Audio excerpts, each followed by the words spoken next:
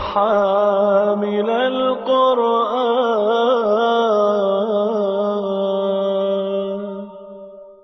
أعوذ بالله من الشيطان الرجيم.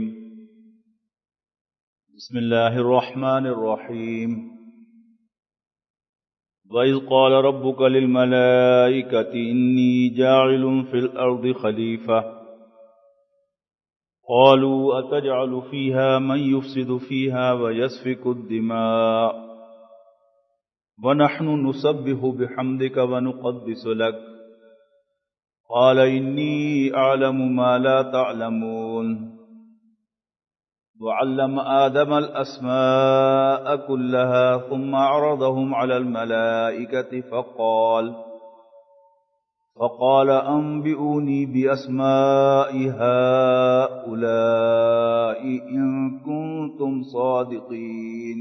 قرآن مجید میں قصہ آدم و ابلیس، حضرت آدم علیہ السلام کی تخلیق کے بعد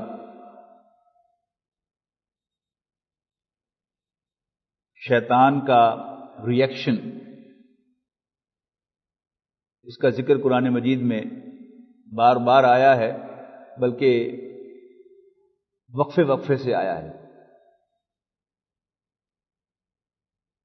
7 یا 8 پارے گزرنے کے بعد قرآن مجید میں اس مضمون کا، اس قصے کا اعادہ کیا گیا ہے. اور قرآن مجید جیسا کہ آج آئے گا، یہ نوع انسانی کے نام اللہ تعالیٰ کی ہدایت ہے، اللہ تعالیٰ کی انسٹرکشن ہے کہ جیسے کوئی مالک اپنے غلام کو یا کوئی امپلائر اپنے امپلائی کو جب ڈپیوٹ کر کے کسی طرف بھیجتا ہے تو اسے انسٹرکشنز دیتا ہے، اور مالک کے غلام اور امپلائر کے امپلائی کی یہ ذمہ داری ہوتی ہے کہ وہ ان انسٹرکشن کو فالو کرے. اللہ تعالیٰ نے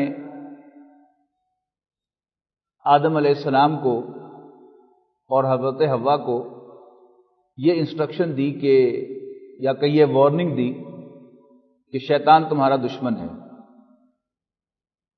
اور انہیں ایک انسٹرکشن دی کہ تم جنت میں جہاں مرضی گھومو پھرو کھاؤ پیو، لیکن اس درخت کے قریب نہ جانا. اور پھر اللہ تعالیٰ نے آزاد چھوڑ دیا جنت کے اندر، اور شیطان کو ان تک ایکسیس دے دی. شیطان نے انہیں ایسا ٹریپ کیا کہ انہیں آمادہ کر لیا اس میں سے چکھنے پر، اور جب چکھا تو پھر کھا بھی لیا. اب یہ بات، یہ میسج اللہ تعالیٰ نے قرآن مجید میں بار بار دیا ہے. اس قصے کو ہم اپنے ذہنوں میں بٹھائیں اور یاد رکھیں کہ شیطان ہمارا کھلا دشمن ہے. تو فرمایا اعوذ باللہ من الشیطان الرجیم. وَإِذْ قَالَ رَبُّكَ لِلْمَلَائِكَةِ إِنِّي جَاعِلٌ فِي الْأَرْضِ خَلِيفَةً. اور یاد کرو جب تمہارے رب نے فرشتوں سے کہا، یعنی اللہ تعالیٰ نے اپنا فیصلہ فرشتوں سے شیئر کیا. وہ فیصلہ کیا تھا؟ انی جاعل فی الارض خلیفہ، کہ میں زمین میں ایک نائب بنانے والا ہوں. یہاں نوٹ کیجئے گا کہ آدم علیہ السلام کی تخلیق سے پہلے اللہ تعالیٰ نے فرشتوں کے ساتھ یہ بات شیئر کر لی تھی کہ انسان کو زمین کے لیے بنایا جا رہا ہے. یہ بات اگر ہم ذہن میں رکھیں گے تو پھر یہ قصہ ہمیں ایک اور اینگل سے سمجھ میں آئے گا کہ جو بالعموم نظر انداز ہو جاتا ہے. خلیفہ، خلف کہتے ہیں پیچھے کو، عربی زبان میں امام آگے اور خلف پیچھے. خلیفہ پیچھے آنے والا، یعنی اس کا اصل جو مفہوم ہے وہ سکسیسر کا ہے. یعنی حضرت ابوبکر رضی اللہ تعالی عنہ خلیفۃ رسول اللہ صلی اللہ علیہ وسلم کے لقب کے ساتھ پکارے جاتے تھے کہ اللہ کے رسول کے سکسیسر. لیکن عام مفہوم میں یہ لفظ جو ہے یہ وائس رائے کے بارے میں یا کسی کے نائب کے بارے میں استعمال ہونے لگا. تو اللہ تعالیٰ جو ہے وہ تو ہمیشہ سے ہے اور ہمیشہ رہے گا، لہذا اس کا کوئی سکسیسر تو نہیں ہو سکتا. لہذا اللہ تعالیٰ نے انسان کو جو کہا کہ وہ خلیفہ بنانے والا ہوں، تو وہ خلیفہ سکسیسر نہیں بلکہ نائب کے معنوں میں ہے، وائس رائے کے معنوں میں ہے، کہ جو اس زمین پر اللہ تعالیٰ کے احکام کو ایگزیکیوٹ کرے گا، اللہ تعالیٰ کی انسٹرکشنز کی کمپلائنس کرے گا. قالوا، فرشتوں نے کہا، تجعل فیہا، اے اللہ کیا تو زمین میں بنائے گا من یفسد فیہا، ایک ایسے شخص کو خلیفہ کہ جو زمین میں فساد برپا کرے. فساد بنیادی طور پر کیا ہوتا ہے؟ نظام کو، سسٹم کو اپسیٹ کرنا. اور اس زمین کا سسٹم کیا ہے؟ اللہ کی حکمرانی، اللہ تعالیٰ کی کمپلائنس، اللہ تعالیٰ کی انسٹرکشنز کو فالو کرنا. اور فساد کیا ہے؟ اللہ تعالیٰ کی انسٹرکشنز کو وائلیٹ کرنا، اللہ تعالیٰ کے بنائے ہوئے نظام کو اپسیٹ کرنے کی کوشش کرنا. یہ کیا ہے؟ یہ فساد فی الارض ہے. تو فرشتوں نے پوائنٹ ریز کیا کہ اللہ کیا تو بنائے گا خلیفہ ایک ایسے شخص کو من یفسد فیہا، جو زمین میں فساد برپا کرے، وَيَسْفِكُ الدِّمَاءَ، اور خون بہائے. اب قرآن مجید میں ظاہر ہے کہ کوئی منٹس آف دی میٹنگ تو نہیں لکھے جا رہے کہ اللہ تعالیٰ نے وہ تمام باتیں کہ جو کی تھیں ان سب کو قرآن مجید میں نقل کیا جاتا. تو ظاہر ہے اللہ تعالیٰ نے اپنا یہ فیصلہ فرشتوں پر ایک جملے میں تو نہیں پورا کا پورا ریویل کیا ہوگا، بلکہ اللہ تعالیٰ نے پوری تفصیل بھی بتائی ہوگی کہ میں انسان کو اس نیچر کا بناؤں گا، اس کو اس بات کی آزادی دوں گا کہ وہ چاہے تو میرا فرما بردار بن جائے، چاہے تو میرا ناشکرہ بن جائے. تو اس پر فرشتے جو ہیں وہ آبجیکٹ کر رہے ہیں. ورنہ فرشتوں کے پاس غیب کا علم نہیں ہے، جیسا کہ آگے جا کر وہ اعتراف بھی کریں گے کہ ہمیں صرف اتنا علم ہے جتنا علم تو ہمیں دیتا ہے. تو اللہ تعالیٰ نے یعنی کسی طرح سے فرشتوں پر یہ بات جو ہے وہ ریویل کر دی ہوگی کہ انسان کی نیچر یہ ہوگی. تو نتیجہ انہوں نے خود نکال لیا کہ لہذا یہ زمین میں اللہ تعالیٰ کے حکموں کی خلاف ورزی بھی کرے گا، اور لالچ میں ایک دوسرے کے ساتھ حسد کی وجہ سے، ایک دوسرے کو نیچا دکھانے کی وجہ سے، نیچا دکھانے کی نیت سے یہ خون خرابہ بھی کرے گا. وَنَحْنُ نُسَبِّحُ بِحَمْدِكَ، جبکہ ہم تیری پاکی کی تسبیح کر رہے ہیں، ہم تیری حمد کی تسبیح کر رہے ہیں. وَنُقَدِّسُ لَكَ، اور تیری پاکی بھی بیان کر رہے ہیں. یعنی اللہ تعالیٰ کی معرفت جو ہے یہ دو پہلوؤں سے ہے، ایک ہے سبحان اللہ میں اور دوسری ہے الحمدللہ میں. سبحان اللہ کیا ہے؟ اللہ تعالیٰ پاک ہے ہر کمی سے، ہر کوتاہی سے، ہر نقص سے، ہر عیب سے، ہر برائی سے. یعنی جتنے بھی ویک پوائنٹس ہوتے ہیں یا جتنی بھی خرابیاں ہوتی ہیں اللہ تعالیٰ ان سب سے ابو ہے. اور الحمدللہ حمد کہتے ہیں تعریف کو. ساری حمد، ساری تعریف اللہ کے لیے ہے، یعنی اس میں تمام خوبیاں، تمام بیوٹیز، تمام محاسن پائے جاتے ہیں. تو دونوں کا ذکر ہے، وَنَحْنُ نُسَبِّحُ بِحَمْدِكَ، اور ہم تیری حمد کی تسبیح کرتے ہیں. تسبیح کا مطلب کیا ہے؟ یعنی تسبیح کرنا جسے کہتے ہیں یہاں وہ مفہوم مراد ہے. ہم تیری حمد کی تسبیح کرتے ہیں. وَنُقَدِّسُ لَكَ، اور تیری پاکی بھی بیان کرتے ہیں، یعنی تجھے پاک بھی کہتے ہیں، سبحان اللہ بھی کی ہم کی تسبیح بھی کرتے ہیں اور الحمدللہ کی تسبیح بھی کرتے ہیں. اب ان دونوں حمد اور تقدیس کے اندر صرف لفظ الحمدللہ کے ساتھ تسبیح نہیں ہوگی، تمام بھی محاسن جو ہیں ان کی تسبیح جو ہے وہ اس میں شامل ہوگی حمد کی تسبیح میں. اور اللہ تعالیٰ کی طرف سے تمام خامیاں، کوتاہیاں، ان کی نفی کرنا، یہ کیا ہے؟ یہ اللہ تعالیٰ کی تقدیس ہوگی کہ اسے مقدس، اسے پاک قرار دینا. قال، اللہ تعالیٰ نے ان کے جواب میں رسپونڈ کیا، انی عالم ما لا تعلمون، جو تم نہیں جانتے میں جانتا ہوں۔ اصل میں یہاں پر فرشتوں کا یہ جو پوائنٹ تھا جو انہوں نے ریز کیا تھا، اب بٹوین دا لائنز وہ سامنے آ رہا ہے۔ انہوں نے ایزیوم کیا کہ شاید اللہ تعالیٰ کی جو خواہش ہے کہ اللہ تعالیٰ اپنی حمد اور تسبیح چاہتا ہے اور وہ ہم پوری کر رہے ہیں، تو اللہ تعالیٰ کو ضرورت اور کیا ہے؟ تو اللہ تعالیٰ کی تو کوئی حاجت ہے ہی نہیں، نہ اسے حمد کی ضرورت نہ اسے تقدیس کی ضرورت۔ لہذا اللہ تعالیٰ نے فرشتوں کو واضح کیا کہ یہ تو میرا کنسرن ہے ہی نہیں کہ میں تسبیح کے لیے اور مخلوق پیدا کروں، مجھے تو معلوم ہے کہ تم میری تسبیح کر رہے ہو۔ انی عالم ما لا تعلمون، جو تمہیں معلوم نہیں وہ مجھے معلوم ہے، یعنی میرے پیش نظر کوئی اور مقصد ہے، اپنی تحمید و تقدیس میرا مقصد نہیں ہے۔ وَعَلَّمَ آدَمَ الْأَسْمَاءَ كُلَّهَا، اب یہ پورا گیپ درمیان میں آ گیا کہ آدم علیہ السلام کی تخلیق مکمل ہو گئی اور اللہ تعالی نے آدم کو تمام کے تمام نام سکھا دیے۔ اب قرآن مجید نے ان ناموں کی تفصیل بیان نہیں کی کہ یہ نام کیا تھے، لیکن اکثر خیال یہ ہے کہ یہ جتنا بھی اجسام کا علم ہے، فزیکل نالج ہے، یہ پہلے اسماء کا علم کہلاتا تھا، مختلف چیزوں کے نام، یعنی ان کی تمام صفات، نام، صفات، نیچر، اس سب کے بارے میں اس علم کو کہتے تھے علم الاسماء۔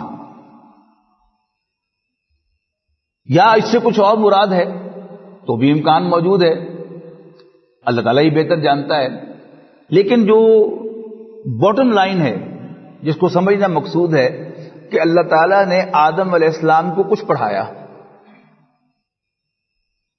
اب ہمارا کنسرن اتنا نہیں ہونا چاہیے قرآن مجید کی ایسی آیات کے بارے میں کہ ہم اسی پر ڈیرا لگا کر بیٹھ جائیں۔ کچھ لوگوں نے، جن لوگوں نے یہ کوشش کی ہے کہ وہ ان آیات کو کھولنے کی کوشش کریں جس کی کوئی ضرورت نہیں ہے، تو انہوں نے اکثر و بیشتر ٹھوکر ہی کھائی ہے، اور وہ پورے قرآن مجید کو چھوڑ کر اپنی تمام تر توانائیاں جو ہیں وہ اسی کے پیچھے لگا دیتے ہیں، حالانکہ اگر اس کی بجائے وہ پورے قرآن مجید کو پڑھنے پڑھانے میں لگاتے تو شاید نو انسانی کے لیے مفید ہوتا۔ تو کچھ بتایا اللہ تعالیٰ نے اور پھر فرشتوں کے سامنے پیش کیا۔ ثم عرضهم علی الملائکۃ، پھر یعنی انہی ناموں کو پیش کیا فرشتوں کے سامنے، اسی علم کو فرشتوں کے سامنے پیش کیا، تم بتاؤ ان کنتم صادقین، اگر تم سچے ہو۔ سچے سے مراد کیا ہے کہ تم جو میرے ایک فیصلے پر اپنے کنسرن کا اظہار کر رہے ہو، ایزیومنگ کہ تمہیں سب معلوم ہے، تو ذرا بتاؤ نا پھر یہ نام، اگر تم سچے ہو۔ قالوا سبحانک، تو وہ کہنے لگے اے اللہ تو پاک ہے۔ عربی زبان سے جو واقفیت رکھتے ہیں انہیں معلوم ہے کہ عربی زبان میں اسم کی نارمل حالت جو ہے وہ رفع کی ہوتی ہے۔ جب بھی اسم رفع سے ہٹ کر نصب یا جر میں جائے اس کی کوئی نہ کوئی وجہ ہونی چاہیے، اور اگر وجہ نہ ہو تو پھر وہ وجہ جو ہے وہ محذوف مانی جاتی ہے، وہ امپلائڈ مانی جاتی ہے وہاں پر۔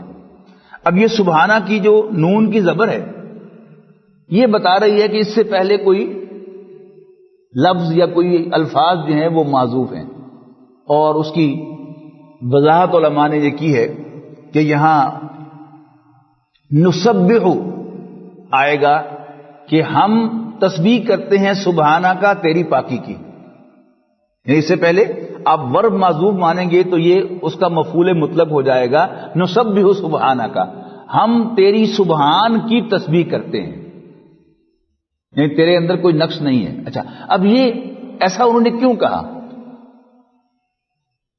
کہ انہوں نے اللہ تعالیٰ کے فیصلے پر آبجیکٹ کیا اور اپنے خیال کے مطابق انہوں نے اللہ تعالیٰ کو متوجہ کرنے کی کوشش کی کہ ایز اف معاذ اللہ اللہ تعالیٰ کو یہ پہلو نظر نہیں آیا کہ انسان زمین میں فساد کرے گا اور خون بہائے گا. تو اصل میں یہ جو یہاں پر تسبیح ہے وہ اس کی معافی ہے کہ اوہ سوری، ہم تو بھول ہی گئے تھے کہ تیرے اندر تو کوئی کمی نہیں ہے، تجھے سب معلوم ہے. یعنی تیرا فیصلہ وہ یقیناً مبنی بر حکمت ہے.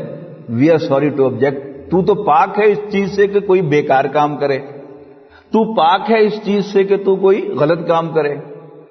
تیرا کوئی فیصلہ غلط نہیں ہو سکتا. سبحانک نسبح سبحانک، ہم تیری پاکی کی تسبیح کرتے ہیں کہ تیرا کوئی فیصلہ غلط نہیں ہو سکتا، تیرے کسی فیصلے میں کوئی جھول نہیں ہو سکتا، تیرے کسی فیصلے میں لا علمی کی بنیاد نہیں ہو سکتی. تو یہ ساری باتیں جو ہیں وہ اس ایک لفظ کے اندر ہیں، نسبح سبحانک. ہم تیری پاکی کی تسبیح کرتے ہیں، بار بار اعلان کرتے ہیں اور ذکر کرتے ہیں اس بات کا کہ سوری تو پاک ہے، اللہ تو پاک ہے، اے رب تو پاک ہے. We are sorry. اور یہ کیا ہے؟ قرآن مجید چونکہ فرشتوں کے لیے تو نازل نہیں ہو رہا، یہ میرے اور آپ کی ہدایت کے لیے نازل ہو رہا ہے. اور اگر ہم اپنے اندر جھانکیں، ایوری ناؤ اینڈ دین ہمارے دل میں یہ ایک ایزمپشن جو ہے وہ آتی رہتی ہے کہ پتہ نہیں اللہ تعالیٰ کو معلوم ہے کہ نہیں ہے، معاذ اللہ یہ جو حکم اس نے دیا ہے یا یہ جو کام ہوا ہے یہ شاید اللہ تعالیٰ کے علم میں نہیں ہے. جبکہ اپنے ایمانیات کو اگر ہم دیکھیں تو ہمارا ایمان کیا ہے کہ اس کائنات کا پتا تنکا بھی جنبش نہیں کر سکتا اللہ تعالیٰ کی اجازت کے بغیر. اور ہمارا عقیدہ ہے کہ اللہ تعالیٰ ہر چیز کو جانتا ہے. یعنی میری جو کچھ میرے اوپر میرے جسم میں فزیکلی موجود ہے وہ بھی اس کو معلوم ہے، اس نے خود بنایا ہے. پھر میرے ہاتھوں سے جو کچھ سرزد ہوگا وہ بھی اسے معلوم ہے، اور اس کے پیچھے جو نیت اندر کار فرما ہے وہ بھی اسے معلوم ہے. تو فرشتوں کا یہ کہنا نسبح سبحانک، اے اللہ ہم تو تیری پاکی کی تسبیح کرتے ہیں، یہ اصل میں وہ معافی تھی اس بات کی اللہ تعالیٰ سے کہ اوہ سوری ہم بھول گئے، اور ہم پوائنٹ ریز کر رہے ہیں، تیری توجہ دلا رہے ہیں کہ یہ انسان جو تو بنانے چلا ہے یہ زمین میں فساد برپا کرے گا اور خون بہائے گا. لا علم لنا الا ما علمتنا، ہمیں تو کچھ معلوم نہیں سوائے اس کے جو تو ہمیں علم دے. ایبسولوٹ علم جو ہے وہ صرف اللہ تعالیٰ کا ہے. نمبر ایک، قدیم علم صرف اللہ تعالیٰ کا ہے. قدیم کے معنی کیا ہے؟ یہ اصطلاح ہے، یعنی ایٹرنل علم اللہ کی ذات کی طرح وہ صرف اللہ تعالیٰ کا ہے. یعنی جیسے اللہ تعالیٰ خود ہمیشہ سے ہے اور ہمیشہ رہے گا، اسی طرح اللہ تعالیٰ کی تمام صفات ہمیشہ سے ہیں اور ہمیشہ رہیں گی. اور علم بھی اللہ تعالیٰ کی ایک صفت ہے، لہذا اللہ تعالیٰ کو ہمیشہ سے سب کچھ معلوم ہے اور ہمیشہ اسے سب کچھ معلوم ہوگا. جبکہ میرا اور آپ کا علم، پہلی بات تو یہ کہ ایبسولوٹ نہیں ہے، بڑا محدود ہے. نمبر دو، ایٹرنل نہیں ہے. یعنی ایک بات جو آج میرے علم میں آئے گی تھوڑی دیر کے بعد وہ اب میرے علم میں نہیں ہے، اور جو اس وقت مجھے معلوم ہے وہ آہستہ آہستہ آہستہ آہستہ مجھے بھولتا رہے گا. اور جوں جوں عمر بڑھتی ہے، یعنی ابھی آپ سب لوگ جو ہیں اکثر و بیشتر ینگ ہیں تو آپ کو شاید اب اس کا ابھی تجربہ نہیں ہے، لیکن میں شیخ صاحب بھائی صاحب ہم اس تجربے سے گزر رہے ہیں کہ بڑی روز روز کی چیزیں جو انسان کے سامنے آتی ہیں وہ بھی انسان کی یادداشت سے محو ہو جاتی ہیں. تو ایٹرنل علم صرف اللہ تعالیٰ کا ہے، قدیم ہمیشہ سے ہے اور ہمیشہ رہے گا. تیسری بات یہ کہ اللہ تعالیٰ کا علم اس کا اپنا علم ہے، کسی کا دیا ہوا علم نہیں ہے. جبکہ غیر اللہ کا علم جو ہے وہ ذاتی کبھی نہیں ہوتا. جیسے میرا اور آپ کا وجود ذاتی نہیں ہے، اللہ تعالیٰ کا دیا ہوا ہے، اسی طرح تمام کی تمام صفات بھی ہماری جو ہیں وہ ہماری اپنی نہیں ہیں، اللہ تعالیٰ کی دی ہوئی ہیں، اللہ تعالیٰ کی عطا کی ہوئی ہیں. ہمیں صرف اتنا ہی علم ہے جتنا اللہ تعالیٰ نے ہمیں عطا کیا ہے. اور جب اللہ تعالیٰ وہ علم ہم سے چھین لے گا تو پھر دنیا کی کوئی طاقت ہمیں وہ علم لوٹا نہیں سکتی. تو لا علم لنا الا ما علمتنا، ہمیں تو کچھ معلوم نہیں سوائے اس کے کہ جو تو ہمیں بتائے، جس کا تو ہمیں علم عطا فرمائے، انک انت العلیم الحکیم، یقیناً تو ہی سب کچھ جاننے والا اور کمال حکمت والا ہے۔ قال یا آدم، اس کے بعد اللہ تعالیٰ نے حضرت آدم سے خطاب کرتے ہوئے کہا آدم انبئہم باسمائہم، تم ذرا ان کو ان چیزوں کے نام بتا دو۔ یہ پہلا جو ہم ہے یہ فرشتوں کے لیے، انبئہم ان کو بتا دو، باسمائہم ان چیزوں کے نام۔ فلما انباہم باسمائہم،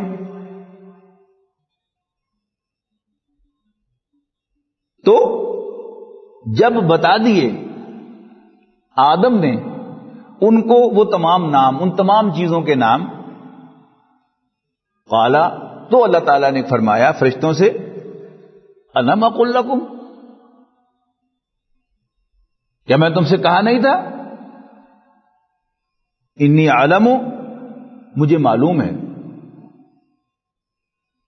غیب السماوات والارض، آسمانوں اور زمین کی تمام چھپی باتیں، تمام غیب۔ یہ غیب جو ہے یہ حاضر کا الٹ ہے۔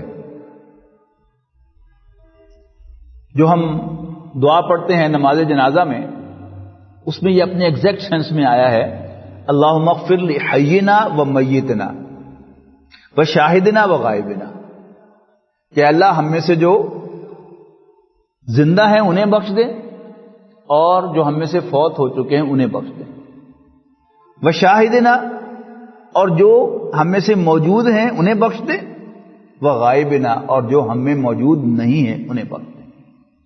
تو شاہدہ یشہدو کی معنی موجود ہونا، ٹو بی پریزنٹ، اور غابہ یغیبو کی معنی موجود نہ ہونا۔ تو یہ جو فرمایا کہ اللہ تعالی آسمانوں اور زمین کی تمام رازوں کو، تمام غیوب کو جانتا ہے، وہ غیوب بھی اصل میں ذہن میں رکھنا چاہیے کہ وہ ہمارے ریفرنس سے غیوب ہیں، اللہ تعالیٰ کے ریفرنس سے کوئی چیز غیب نہیں ہے۔ اللہ تعالیٰ کے سامنے ہر چیز آنے واحد میں موجود ہے،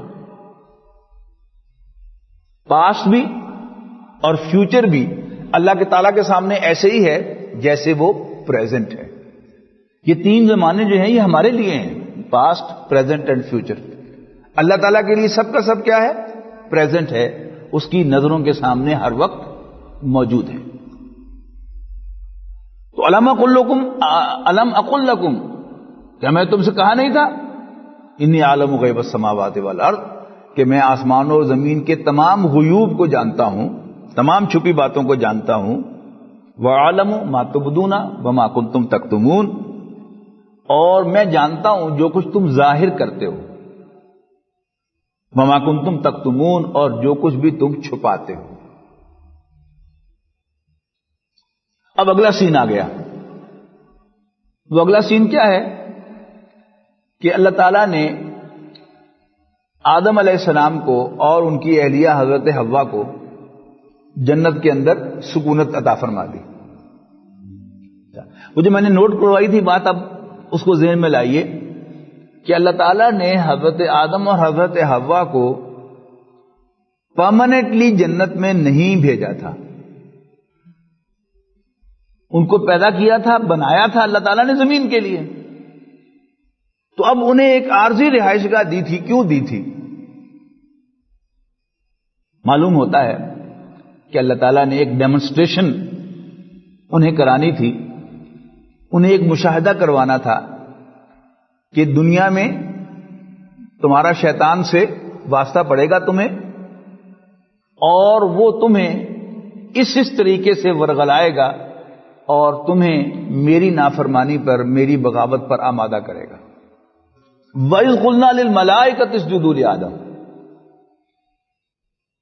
یعنی یہ جنت میں جانے سے پہلا کا ایک سین ہے کہ جب آدم علیہ السلام کی تخلیق مکمل ہو گئی اور اس کو دوسرے مقامات پر ایک سے زائد مرتبہ واضح کیا گیا ہے کہ یہ تخلیق 3 سٹیپس میں مکمل ہوئی۔ پہلے تو تخلیق کا مرحلہ آیا کہ انسان کا جسم اللہ تعالیٰ نے تیار فرمایا، پھر اس کی فنیشنگ کی، تسویہ ہوا، اور غالباً یہ تسویہ جو ہے یہ انسان کے اندر جو اللہ تعالیٰ نے ایک صلاحیت رکھی اپنے جذبات کو کنٹرول کرنے کی، یعنی انسان کا جسم جو ہے وہ حیوانات سے مشابہ ہے، اس کے تمام بیسک آرگنز اور تمام بیسک فنکشنز جو ہیں وہ حیوانات سے مشابہ ہیں۔ انسان سانس لیتا ہے، ہر جانور سانس لیتا ہے، انسان کھاتا ہے، ہر جانور کھاتا ہے، انسان پیتا ہے، ہر جانور پیتا ہے، انسان ریپروڈیوس کرتا ہے اور ہر جانور کسی نہ کسی شکل میں ریپروڈیوس کرتا ہے۔ لیکن اللہ تعالیٰ نے اس مقصد کے لیے حیوانات کو جو خواہشات عطا کی ہیں، بھوک ہے، پیاس ہے، سیکس ہے، غصہ ہے، حیوانات کو ان پر قابو نہیں ہے۔ اللہ تعالیٰ نے اس جسم کو بنانے کے بعد کچھ سافٹ تبدیلی اس کے اندر پیدا کی، یعنی سافٹ میں کمپیوٹر کی ٹرم میں کہہ رہا ہوں کہ ہارڈ ویئر ہوتا ہے کمپیوٹر کا، ایک سافٹ ویئر ہوتا ہے۔ ہارڈ ویئر نظر آتا ہے، سافٹ ویئر نظر نہیں آتا، لیکن جو فنکشن ہوتا ہے وہ ہمیشہ اکارڈنگ ٹو سافٹ ویئر ہوتا ہے۔ کیا آپ کسی بھی ہارڈ ویئر میں کوئی بھی آپ لوڈ کر دیں سافٹ ویئر، تو وہ ہارڈ ویئر آپ کو اس کے مطابق جب دکھائی دینے لگتا ہے اس کے مطابق فنکشن کرنے لگتا ہے۔ لیکن آپ ڈھونڈیں کہ یہ سافٹ ویئر کہاں ہے، آپ پورا کمپیوٹر کھول لیں تو آپ کو شکل میں وہ سافٹ ویئر نظر نہیں آئے گا، لیکن بہرحال وہ ایک سافٹ چیز ہے جو اس کا فنکشن ہے اس کے مطابق وہ ہو رہا ہے۔ تو انسان کا جسم حیوانات جیسا تھا، لیکن فرق کیا تھا؟ حیوانات کو اپنے جذبات پر کنٹرول نہیں تھا، بھوک لگ جائے اور کھانا دسترس میں ہو تو حیوانات کھانے پہ مجبور تھے، جبکہ انسان اپنے فیصلے سے کھاتا تھا۔ اور اسی طرح پیاس لگی ہو اور پانی دسترس میں ہو تو جانور کے پاس اپنے جذبات کو، پیاس کو کنٹرول کرنے کا کوئی میکینزم اس کے اندر نہیں ہے، انسان کے اندر ہے۔ اسی طرح جنسی جذبہ پیدا ہو جائے اور اس کو opposite sex within its reach ہو تو اس کے پاس کوئی طاقت نہیں ہے کہ اپنے آپ کو سیکس کرنے سے روکے۔ ہاں، ایکسٹرنلی اسے روکا جا سکتا ہے ان تمام چیزوں کو۔ تیسرا سٹیپ فرمایا ہے کہ وَنَفَخْتُ فِيهِ مِن رُوحِي، کہ میں اس میں اپنی روح میں سے پھونک دوں۔ تو یہ تینوں سٹیپ جب مکمل ہو گئے تو فرمایا وَإِذْ قُلْنَا لِلْمَلَائِكَةِ آدم، یاد کرو جب ہم نے فرشتوں سے کہا آدم کو سجدہ کرو، یعنی آدم کو مانو کہ وہ تم سے بڑا ہے۔ اب ہمیں تو اللہ تعالیٰ نے اجازت ہی نہیں دی اپنے سوا کسی اور کو سجدہ کرنے کی۔ اور بڑی خوبصورت حدیث ہے کہ نبی اکرم صلی اللہ علیہ وسلم کسی غزوے میں تھے مہاجرین و انصار کے ساتھ، فجاء بعیر، تو ایک اونٹ آیا، فسجد لہ، اور اس نے رسول اللہ صلی اللہ علیہ وسلم کو سجدہ کیا۔ صحابہ کرام نے رسول اللہ صلی اللہ علیہ وسلم سے عرض کی کہ اللہ کے رسول نحن احق بہا، ہم اس کے زیادہ حقدار ہیں کہ ہم آپ کو سجدہ کریں، لیکن آپ ہمیں اس کی اجازت ہی نہیں دیتے۔ اور وہ اونٹ جو ہے وہ آپ کو سجدہ کر گیا۔ تو نبی اکرم صلی اللہ علیہ وسلم نے بڑا زبردست اسٹیٹمنٹ دیا، لو کنت آمر احدا ان یسجد لاحد الا اللہ، اگر میں کسی کو کہتا کہ وہ اللہ کے سوا کسی کو سجدہ کرے، لامرت المرأة ان تسجد لزوجها، تو میں عورت کو حکم دیتا کہ وہ اپنے شوہر کو سجدہ کیا کرے۔ اور غالباً یہی وہ حدیث ہے جس کی بنیاد پر شوہر کو مجازی خدا کہا جاتا ہے، دینی خدا ہے نہیں، لیکن رسول اللہ صلی اللہ علیہ وسلم نے اشارہ کیا کہ اس کا مقام و مرتبہ جو ہے وہ ایسا ہی ہے کہ اس کو سجدہ کیا جانا چاہیے، لیکن چونکہ اللہ کے سوا کسی اور کو سجدہ کرنے کی ہمیں اجازت نہیں ہے، لہذا سجدہ تو عورت شوہر کو نہیں کرے گی، لیکن شارٹ آف دیٹ اس کی رسپیکٹ، اس کی اطاعت، اس کو اونچا مقام دینا، اس کے ساتھ وفادار ہونا، یہ سب کچھ جو ہے اس کا شوہر کے لیے ہوگا۔ تو وَإِذْ قُلْنَا لِلْمَلَائِكَةِ اسْجُدُوا لِآدَمَ، اب اللہ تعالیٰ جو ہے وہ جس کو چاہے کسی کام سے روک دے، اس نے ہمیں روک دیا غیر اللہ کو سجدہ کرنے سے، لیکن وہ خود مالک ہے، اس نے فرشتوں کو حکم دیا اسجدوا لآدم، کہ آدم کو سجدہ کرو۔ فسجدوا الا ابلیس، تو ان سب نے سجدہ کیا سوائے ابلیس کے۔ یہاں ایک بہت بڑا سوال پیدا ہوا کہ قرآن مجید میں بالکل واضح کہا گیا ہے کہ وہ جنوں میں سے تھا. کانا من الجن، وہ ایک جن تھا. تو فرشتوں میں کیسے آ گیا؟ یہ ایک جن تھا جس کا نام عزازیل تھا. یہ بڑا عبادت گزار اور بہت تسبیح کرنے والا اور بہت علم والا تھا. لہذا اللہ تعالیٰ نے اس کو آؤٹ آف ٹرن پروموشن دے کر فرشتوں میں شامل بھی کیا اور فرشتوں کا استاد بھی بنا دیا. سمجھ رہے نا کہ وہ فرشتہ تھا نہیں، جن تھا، دیکھیے اللہ تعالیٰ نے اس کو پروموٹ کر دیا، فرشتوں میں شامل کر دیا اور فرشتوں کا استاد مقرر کر دیا. اب اس کو ذہن میں رکھ کے آپ یہ آیت پڑھیں گے تو پھر واضح ہو جائے گا کہ جو اصل فرشتے تھے انہوں نے تو فوراً اللہ تعالیٰ کے حکم کی کمپلائنس کی، لیکن یہ چونکہ نقلی فرشتہ تھا لہذا اس کی اصلیت جو ہے وہ نکل کر سامنے آ گئی. فسجدوا الا ابلیس، تو ان سب نے سجدہ کیا سوائے ابلیس کے. ابا، اس نے انکار کیا، واستکبر، اور تکبر کا مظاہرہ کیا. وکان من الکافرین، اور کافروں میں شامل ہو گیا. اب کفر کے دو معنی یاد رکھیے گا، ایک انکار کرنا اور دوسرا ناشکری کرنا، کفران نعمت. تو چونکہ انکار کا ذکر تو پہلے آ گیا، ابا، اس نے انکار کر دیا سجدہ کرنے سے، واستکبر، اور اس نے تکبر کا مظاہرہ کیا، وکان من الکافرین، اور وہ ناشکروں میں شامل ہو گیا. اب یہ ناشکرا پن کون سا ہے کہ اللہ تعالیٰ نے اس کو غیر معمولی فیور کر کے، یعنی جنوں میں سے نکال کر فرشتوں میں شامل بھی کیا اور فرشتوں کا استاد بھی مقرر کیا. اس میں ایک بڑی چھپی ہوئی ایک نصیحت ہے ہم سب کے لیے کہ جب بھی ہم میرٹ کو چھوڑ کر کسی کو انڈیو فیور دیں گے تو ہمیں ذہناً تیار رہنا چاہیے کہ وہ ناشکری بھی ضرور کرے. ایکسپشن پرووز دا رول، کہیں اس میں کوئی ایکسپشن آ جائے تو آ جائے، لیکن جتنی بھی آپ کی زندگی ہے آپ ذرا اس میں جھانک کے دیکھیں تو آپ کا تجربہ آپ سے یہی کہے گا کہ جس کو بھی آپ انڈیو فیور دیں گے تو آپ ایکسپیکٹ تو یہ کر رہے ہیں کہ یہ غیر معمولی آپ کو رسپیکٹ دے گا اور آپ کا غیر معمولی شکر گزار ہوگا، لیکن ایسا ہوا نہیں کرتا. تو کانا من الکافرین، دونوں ترجمے ممکن ہے کہ وہ کافروں میں شامل ہو گیا یا ناشکروں میں شامل ہو گیا.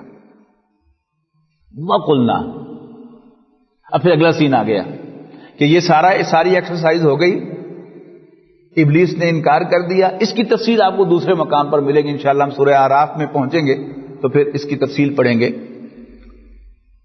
وَقُلْنَا يَا آدَمُ اسْكُنْ أَنْتَ وَزَوْجُكَ الْجَنَّةَ،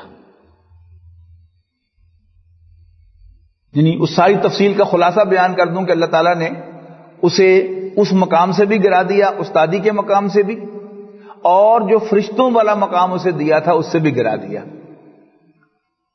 لیکن اب چونکہ اس جنت پہ رکھنے کا کوئی مقصد تھا اللہ تعالیٰ کا، اللہ تعالیٰ انسان کو سبق سکھانا چاہتا تھا کہ شیطان تمہارا دشمن ہے اور اگر اس دشمن کو تم لفٹ کراؤ گے تو وہ ضرور تمہیں بائٹ کرے گا، کاٹے گا. وہ جو ہمارا پنجابی کا محاورہ ہے کہ سپاں دے پت کدی مت نہیں بنتے، پاویں چلیاں دودھ پہ آئی، تو سانپ جو ہے وہ ڈسے گا. اللہ تعالیٰ نے یہ ڈیمونسٹریٹ کرنا تھا انسان کو ہمارے جد امجد حضرت آدم علیہ السلام کے ذریعے سے. لہذا اللہ تعالیٰ نے انہیں جنت میں ریزیڈنس دی اور ان سے صرف ایک تقاضا کیا کہ جو مرضی کھاؤ، جہاں مرضی جاؤ، جو مرضی کرو، لیکن ولا تقربا هذه الشجرۃ، یعنی کسی طرف اشارہ کیا کہ اس درخت کے قریب نہ جانا. فتکونا من الظالمین، ورنہ ظالموں میں شامل ہو جاؤ گے. اب ظلم جو ہے یہ بنیادی طور پر کس کے لیے استعمال ہوتا ہے؟ حق تلفی کے لیے، نا انصافی کے لیے. لیکن جیسے اردو اور پنجابی محاورے کے اندر ہی ظلم جو ہے یہ بہت بڑی ایٹروسٹی کے لیے بھی استعمال ہوتا ہے. ہم عام کہتے ہیں یار بڑا ظلم ہے، حالانکہ وہاں پر کوئی باقاعدہ حق تلفی یا نا انصافی کی کوئی بات نہیں ہوتی، لیکن ظلم جو ہے یہ ایٹروسٹی کے معنوں میں انگریزی کے اندر، یعنی 9/11 کے اگر آپ کو یاد ہو، اس وقت کے پرانے اخبارات اگر آپ کہیں دیکھیں تو وہاں یعنی وہ جو 9/11 کا ایکٹ تھا اس کو بار بار ایٹروسٹی کہتے تھے. اور ایٹروسٹی کیا ہے؟ یعنی گریوس کرائم جو ہے اس کو ایٹروسٹی کہتے ہیں. تو اگر ایسا کرو گے تو بہت زیادتی ہوگی یہ. فَأَزَلَّهُمَا الشَّيْطَانُ. اچھا، اب اس کی تفصیل بھی آپ کو سورہ اعراف میں ملے گی. تو اس نے یہ ساری حرکت کیسے کی اور حضرت آدم اور حضرت حوا کو کیسے اس نے کنونس کیا کہ چلو چکھ کے دیکھ لو. یہاں صرف ڈائریکٹ ہے. رزلٹ کیا نکلا؟ فَأَزَلَّهُمَا الشَّيْطَانُ. تو پھسلا دیا ان دونوں کو شیطان نے. انہا اللہ تعالی کی اس انسٹرکشن سے کہ اس درخت کے قریب نہ جانا. اور وہ اس درخت کے قریب گئے. جب قریب گئے چکھا تو کھانا. انسان کوئی مزے کی چیز چکھتا ہے تو نو میٹر کتنا پرہیز ڈاکٹر نے بتایا ہوا تھا، پھر انسان سے وہ پرہیز نہیں ہو سکتا. یعنی پرہیز اسی صورت میں ہو سکتا ہے ڈائبیٹک کا کہ وہ میٹھے کو ہاتھ ہی نہ لگائے. اور اگر وہ آمادہ ہو جائے کہ بس چکھ لینا میں، اب جب چکھے گا اور وہ ہوگا مزے کا تو پھر وہ کھائے گا بھی، اور پھر صرف کھائے گا ہی نہیں، خوب رج کے کھائے گا. یہ انسان کی ایک کمزوری ہے. تو اس نے کنونس کیا کہ چکھ کے دیکھ لو. تو انہوں نے چکھا تو پھر کھا بیٹھے. تو فَأَزَلَّهُمَا الشَّيْطَانُ عَنْهَا. شیطان نے انہیں پھسلا لیا اللہ تعالیٰ کے حکم کی کمپلائنس سے. آمادہ کر لیا ان کو کہ اچھا چلو. اللہ تعالیٰ نے تو کھانے سے منع نہیں کیا تھا، قریب جانے سے منع کیا تھا. لیکن انسان کے ذہن میں یہی آتا ہے کہ میں کیا کھانا ہے. اگر اللہ تعالیٰ کی انسٹرکشن کو ہم بالکل بائی لیٹر اینڈ اسپرٹ مانیں گے تو پھر اللہ تعالیٰ کی ہمیں کمپلیٹ گارنٹیڈ پروٹیکشن حاصل ہوگی. لیکن ہم اللہ تعالیٰ کی انسٹرکشن میں اپنی استادی بھی لگائیں گے تو پھر we are very likely to be gone. تو فَأَزَلَّهُمَا الشَّيْطَانُ. شیطان نے انہیں اس سے پھسلا دیا. فَأَخْرَجَهُمَا. اور نکلوا دیا ان دونوں کو مما کانا فی. جہاں پر وہ تھے اس میں سے، یعنی مراد ہے جنت سے نکلوا دیا. وَقُلْنَا اهْبِطُوا بَعْضُكُمْ لِبَعْضٍ عَدُوٌّ. اور ہم نے انہیں حکم دیا کہ نکل جاؤ یہاں سے. یعنی جنت میں تمہیں رکھا گیا تھا، تم نے پروو نہیں کیا کہ you are qualified to live here, لہذا فَاهْبِطُوا مِنْهَا. اترو یہاں سے. اور مراد کیا ہے؟ زمین پر چلے جاؤ جہاں کے لیے تمہیں پیدا کیا گیا ہے. بَعْضُكُمْ لِبَعْضٍ عَدُوٌّ. تم ایک دوسرے کے دشمن ہو. جب یہاں نوٹ کیجئے کہ یہ اہبطو جو ہے یہ جمع کا صیغہ ہے، اور عربی زبان میں جمع کا صیغہ کم سے کم 3 کے لیے آتا ہے. 2 کے لیے مثنیٰ کا صیغہ آتا ہے جو اوپر آپ دیکھ رہے ہیں، لا تقربا هذه الشجرة فتكونا من الظالمین. یہ مثنیٰ کا صیغہ ہے 2 کے لیے. اب یہاں پر جو جمع کا صیغہ ہے اس میں مراد کیا ہے کہ تم دونوں بھی اترو اور شیطان بھی ساتھ اترے. بعضکم لبعض عدو. تم ایک دوسرے کے دشمن ہو. وَلَكُمْ فِي الْأَرْضِ مُسْتَقَرٌّ وَمَتَاعٌ إِلَىٰ حِينٍ. اور تمہارے لیے زمین میں ایک وقت مقرر تک کے لیے ٹھکانہ بھی ہے اور متاعن برتنے کا سامان بھی. یعنی اللہ تعالیٰ نے ہمیں زمین پر جو تمام ریکوائرمنٹس ہیں زندگی کی ان کے ساتھ بھیجا ہے. کھانے کی ضرورت ہے ہمیں تو سارا رزق جو ہے پھیلا دیا ہے.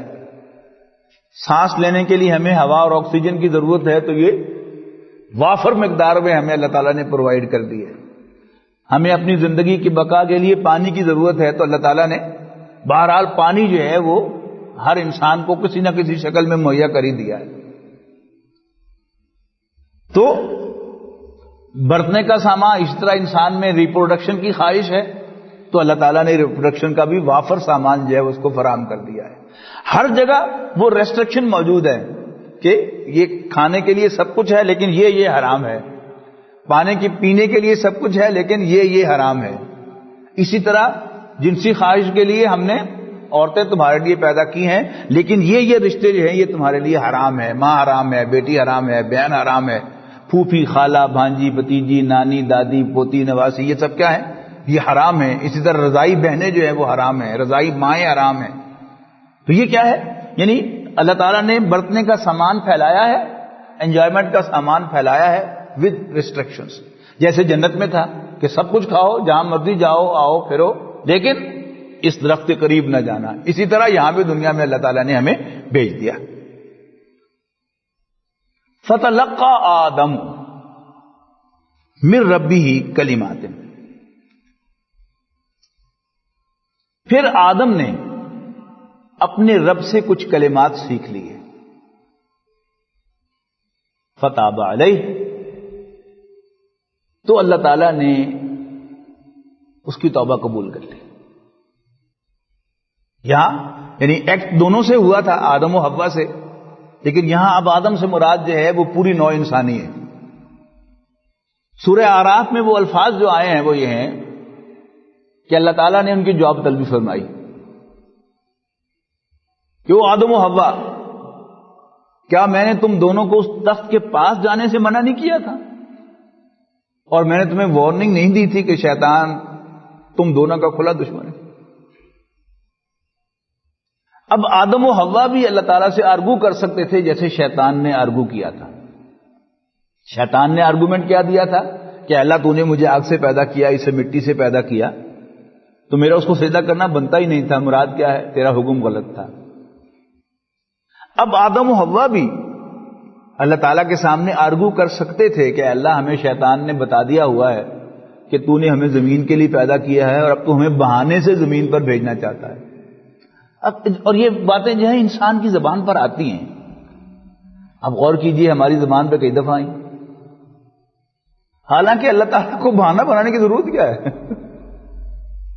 ہی از سوورن آل مائٹی، وہ بغیر کوئی وجہ بتائے بھی جس کو جہاں چاہے بھیج سکتا ہے، کوئی اس سے پوچھنے کا اختیار نہیں رکھتا کہ کیوں، لیکن انسان کے ذہن میں ایسے الٹے سیدھے خیالات آتے ہیں۔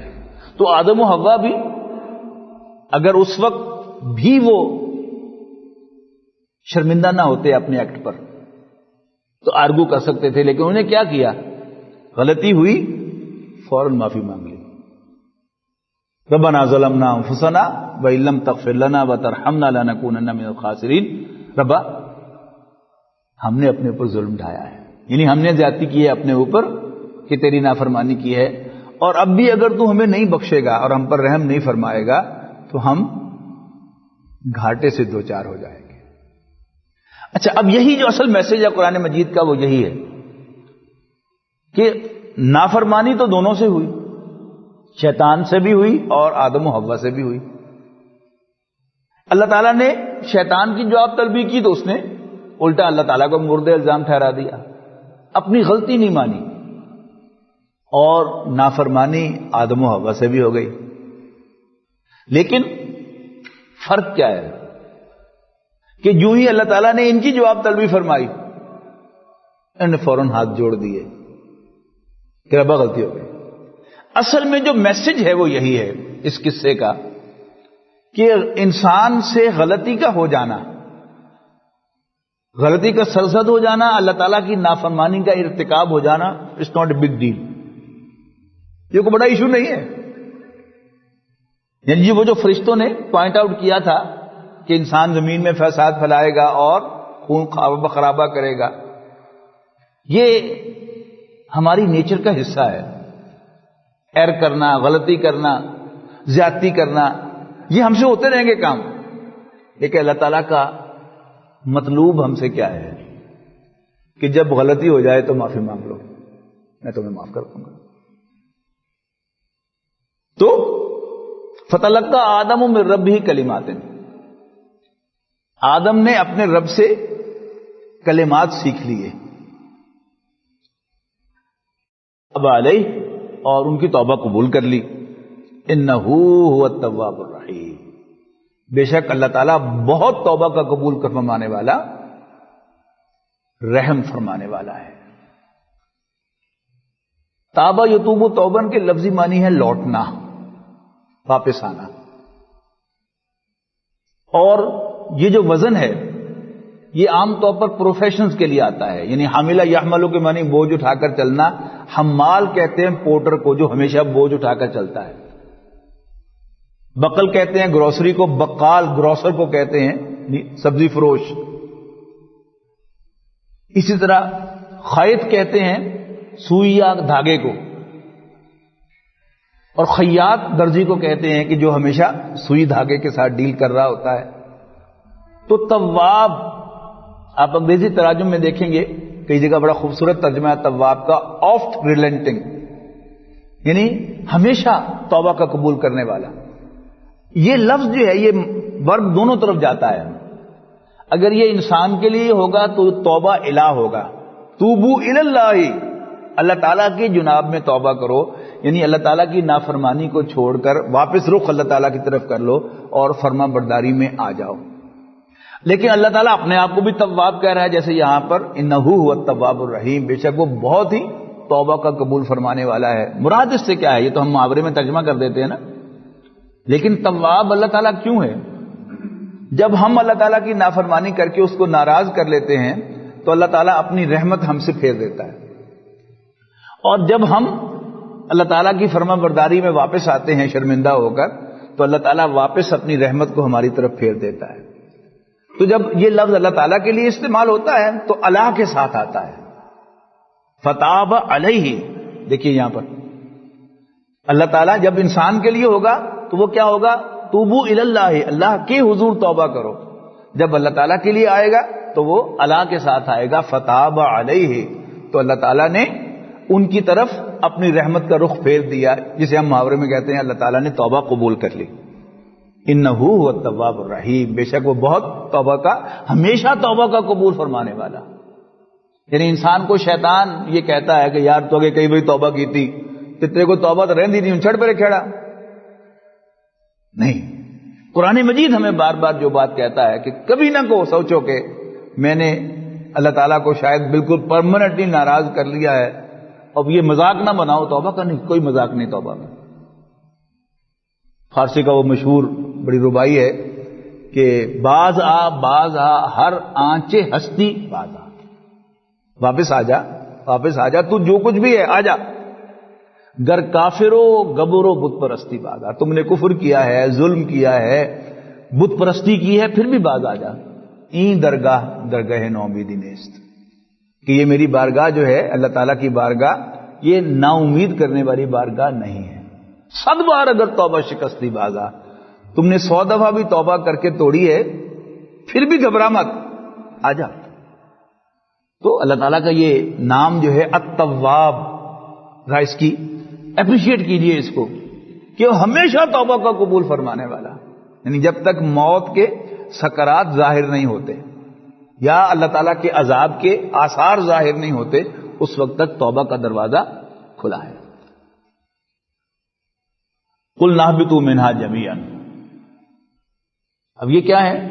یہ پارٹنگ انسٹرکشن ہے کہ جنت سے دنیا میں بھیجا تو اللہ تعالیٰ نے پارٹنگ انسٹرکشن دی، اہبطوا منہا جمیعاً، نکلو سب کے سب یہاں سے، جنت سے. وہی جمع کا صیغہ ہے، آدم و حوا بھی اور شیطان بھی. فَإِمَّا يَأْتِيَنَّكُم مِّنِّي هُدًى، یعنی ہم کون ہیں؟ آدم و حوا کی اولاد ہیں، اور شیاطین کون ہیں؟ یہ سب کے سب شیطان کی اولاد ہیں. تو اما یاتینکم منی ہدن، جب بھی تمہارے پاس میری جانب سے کوئی انسٹرکشن آئے، یعنی ہدن نکرہ ہے، این انسٹرکشن، ایک گائیڈنس نہیں ہوتا، اس لیے میں انسٹرکشن ترجمہ کر رہا ہوں تاکہ نکرہ کا وہ مفہوم آپ کے سامنے آ جائے. جب بھی میری جانب سے تمہارے پاس کوئی ہدایت پہنچے، اور مراد یہاں پر کیا ہے؟ انبیاء کرام کے ذریعے سے جو ہدایت پہنچی ہے، جیسے قرآن مجید ہمارے پاس آیا ہے. تو جب بھی تمہارے پاس میری جانب سے کوئی انسٹرکشن پہنچے، فمن تبع ہدایا، تو جو کوئی بھی میری اس انسٹرکشن کو فالو کرے گا، فلا خوف علیہم ولا هم یحزنون، تو ایسا کرنے والوں کے لیے نہ کوئی خوف ہوگا اور نہ ہی وہ کبھی غمگین ہوں گے. خوف ہوتا ہے مستقبل کا، یہ نہ ہو جائے، یہ نہ ہو جائے، یہ نہ ہو جائے، اور حزن ہوتا ہے ہمیشہ ماضی پر، کیوں ہو، یہ کیا ہو گیا، ایسا کیوں ہو گیا. بعض انگریز ترجمے بڑا خوبصورت ہے کہ انہوں نے حزن کا ترجمہ ریگریٹ کیا ہوا ہے، اس سے بات جو ہے وہ سمجھ میں آ جاتی ہے کہ اگر اللہ تعالیٰ کی طرف سے معافی مل جائے گناہ کی تو پھر گناہ پر بھی ریگریٹ کی ضرورت نہیں ہے. تو اگر تم میری انسٹرکشن کو فالو کرو گے، یعنی وہ انسٹرکشن جو ہے وہ دو لیول پر ذہن میں رکھیے گا. ایک تو حکم کہ یہ کرو یہ نہ کرو، لیکن یہاں کہیں گڑبڑ ہو جائے تو پھر دوسری انسٹرکشن کیا ہے، توبہ کر لو. تو جو کوئی میری انسٹرکشن کو فالو کرے گا، لا خوف علیہم ولا هم یحزنون، تو ایسے لوگوں کے لیے نہ کوئی خوف ہے اور نہ ہی کوئی حزن و ملال. والذین کفروا وکذبوا بآیاتنا، رہے وہ لوگ کہ جو انکار کرتے اور ہماری آیات کو جھٹلاتے ہیں، یعنی ہمارے نبیوں کو ماننے سے انکار کرتے ہیں اور ہماری آیات کو جھوٹا قرار دیتے ہیں کہ یہ اللہ تعالیٰ کی نشانیاں نہیں ہیں. اولئک اصحاب النار، یہ اہل نار ہیں، اہل جہنم ہیں. ہم فیہا خالدون، وہ اس میں ہمیشہ ہمیشہ رہیں گے. بارک اللہ لی ولکم فی القرآن العظیم ونفعنی وإیاکم بالآیات والذکر الحکیم.